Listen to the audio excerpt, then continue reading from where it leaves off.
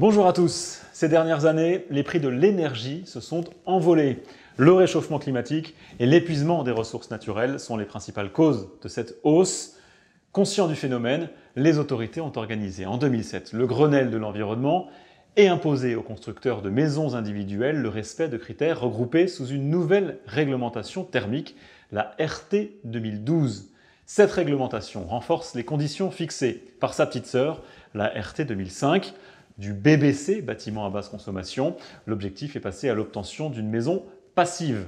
Concrètement, elle impose aux constructeurs le respect de plusieurs critères.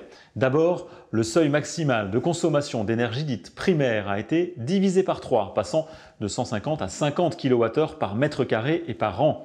La mesure des consommations et le recours à une énergie renouvelable ayant été rendus obligatoires. La prise en compte de l'orientation de la maison et de sa compacité est également obligatoire dans le but de réduire le coût de la construction. Quant aux surfaces vitrées, elles doivent impérativement représenter au minimum 1/6 de la surface habitable. Concernant le bâti, les seuils de perméabilité à l'air et l'isolation doivent être renforcés. Les contrôles de tous ces critères ont été rendus obligatoires. Ils font l'objet de la remise d'une attestation de fin de chantier. Les efforts sont loin de s'arrêter là. Une nouvelle réglementation thermique a déjà été fixée pour l'horizon 2020.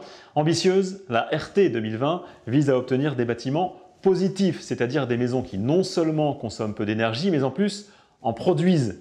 Elle mise aussi beaucoup sur les énergies renouvelables. Vous l'avez compris, la réduction de la dépense énergétique est au cœur de la conception de la maison de demain. Une bonne nouvelle pour l'environnement et pour votre porte-monnaie.